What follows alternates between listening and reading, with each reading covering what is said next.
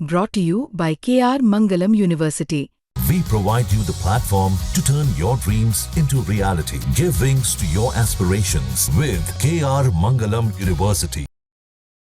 Sir, Rahul Gandhi 2017 के चुनाव में यहाँ पे आए तो मंदिर मंदिर घूमे थे। अब प्रियंका गांधी भी आ रही है चुनाव प्रचार के लिए। जरूर आए, डेमोक्रेसी में सबको अनुमति है, लेकिन अगर हिंदू और हिंदू हित की बात उनके हृदय में है तो मैं आपके माध्यम से एक ही बात उनको कहना चाहता हूं कि आप राम मंदिर यहाँ होगा और राम मंदिर के लिए कांग्रेस का रवैया वो क्लियर कर दे तो हिंदू समाज देख लेंगे क्या कर रहे हैं। सर, तो वो तो बीजेपी भी अभी क्लियर नहीं कर रही है। राम मंदिर कब तक बनेगा? बीजेपी ने नहीं, बीजेपी क्लियर है, हम राम मंदिर बनाएंगे, जरूर बनाएंगे। लेकिन कब सर? राम मंदिर के लिए हमारा कमिटमेंट है और हम चाहते हैं कि राम मंदिर बने, जल्दी बने। लेकिन सुप्रीम कोर्ट में जिस तरीके से मामला चल रहा है, हम चाहते हैं कि जल्दी कार्यवाही हो। लेकिन कांग्रेस के कपिल सिब्बल जी बार बार वहां एप्लीकेशन डालते हुए डिले कर रहे हैं। कितने तक करेंगे? हम पैशन के साथ एक लीगली फॉर्म में चाहते हैं कि जल्दी उसका फैसला हो जाएगा और पूरी हमें जुडिशरी पर श्रद्धा है और राम मंदिर वहां बनेगा, बीजेपी ही बनाएगी। सर, आज राहुल गांधी ने अपना नॉमिनेशन भी फाइल किया है केरला से, क्या कहेंगे?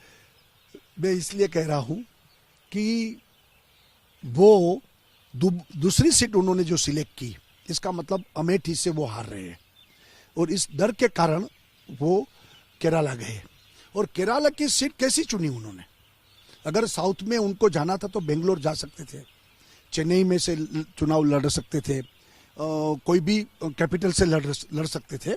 लेकिन उन्होंने वो सीट चुनी कि जहां 70% माइनॉरिटी वोट्स है, यानी कि हिंदू वोट उनको नहीं मिलेगा। इस डर से वो अमेठी से भागे हैं और माइनॉरिटी के चरण में वो उनके पैर के पास बैठ गए। सर, तो हिंदू मुस्लिम माइनॉरिटी ये सारी बातें तो बीजेपी भी कर रही है। हम क्या कर रहे हैं? हम क्या कह रहे हैं? हमने कभी कोई बाकी बात नहीं, हमने तो सिर्फ इतना ही कहा है कि अपीसमेंट की राजनीति खत्म होनी चाहिए, जस्टिस फॉर ऑल। यानी कि नरेंद्र भाई यहाँ कहते थे कि 6.5 करोड़ गुजरातियों का मैं विकास करना चाहता हूं, अब 125 करोड़ जनता का विकास, उसमें सब आ जाता है। Appeasement for none. कांग्रेस तुष्टीकरण की राजनीति कर रही है, इसके खिलाफ हमें।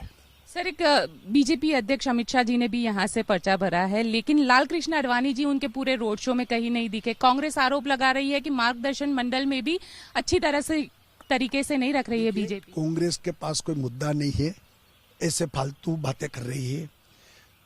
माननीय आडवाणी जी हमारे श्रद्धेय नेता है, उन्होंने ही पार्टी बड़ी की है। आज 91 के हो गए, तो स्वाभाविक है कि उनकी तबीयत और बाकी रोड शो में वो नहीं आ सकते हैं।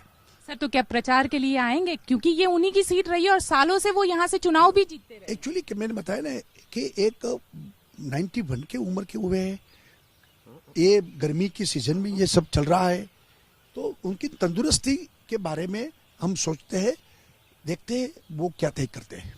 सर, एक दूसरी बात जो गुजरात के लिए हम कह सकते हैं कि पाटीदार आंदोलन हुआ और पाटीदार आंदोलन से कई सारे नेता उभर कर आए, जिसमें से कई ऐसे नेता है जिनको कांग्रेस ने इस बार टिकट भी दी है। पाटीदार आंदोलन से कई सारे नेता नहीं, ये 3 आंदोलन से 3 नेता उभर कर आए।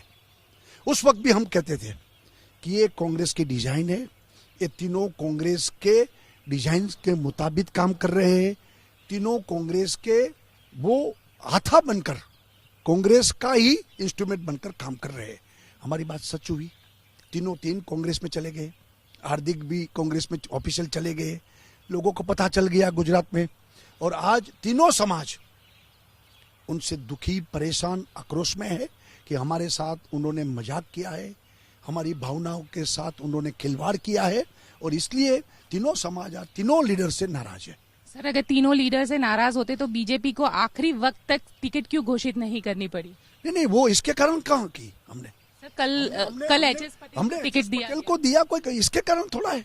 वो हमारी पार्टी की A ग्रेड की सीट है, किसी को भी हम सीट, चुनाव की सीट दे तो वो जीतेंगे, ऐसी सीट है, और लाखों वोट से इस बार भी हम जीतने वाले हैं। वो हमने ये जो हमारी 3 सीट पीछे से हमने डिक्लेयर की है, वो तीनों सीट हमने केंद्रीय नेतृत्व को बताया था, आप जो भी को टिकट दो हम जिताएंगे। ये पूरी पार्टी की राय थी। केंद्रीय हमारे मोवेडी मंडल यानी कि पार्लियामेंट्री बोर्ड ने बताया कि हम अंत में आपको बताएंगे और उसको आप टिकट दीजिए। सर आखिरी सवाल, 26 में से कितनी? 26। सर 2017 के चुनाव में 99 पे सिमट गई थी बीजेपी। देखिए 2017 का चुनाव मैंने बताया आपको, 22 साल के बाद फिर से 5 साल मिला है, ये बहुत बड़ी बात है, आप में बड़ी बात है। और दूसरी बात, इसके बाद चुनाव के बाद 1.5 साल में जितने गुजरात के चुनाव हुए, असेंबली के भी बाई इलेक्शन हुए, कांग्रेस की बेसिक ट्रेडिशनल सीट वो भी हम जीते हैं। सर तो इतने सारे कांग्रेसी विधायकों को क्यों लेना पड़ा? और अब तो सोशल मीडिया में पहले प्रश्न का जवाब पूरा कर दूं, वो सभी चुनाव हम जीते हैं। और दूसरा कि मोदी जी प्रधानमंत्री अगली बार उनको बनाना है, फिर से अब मोदी सरकार, ये स्लोगन है हमारा। तो गुजरात की जनता के साथ मोदी जी का अप्रितम नाता है कि लोग उनके प्रति बहुत आस्था रखते हैं, श्रद्धा रखते हैं, भरोसा है उन पर। और गुजरात की जनता अपना गुजरात के संतान आज देश का प्रधानमंत्री है। और नरेंद्र भाई ने जिस तरीके से गुजरात में सेवा की, आज देश की सेवा कर रहे हैं, गौरव भी है।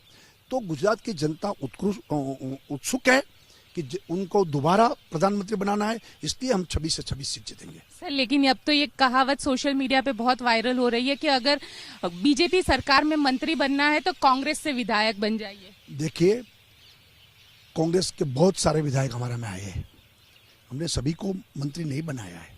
दूसरी बात, ये 2 मंत्री, मेरा 24 का मंत्रिमंडल है, उसमें से 2 लोगों को हमने कांग्रेस में से जो वरिष्ठ लोग आए उनको मंत्री बनाया।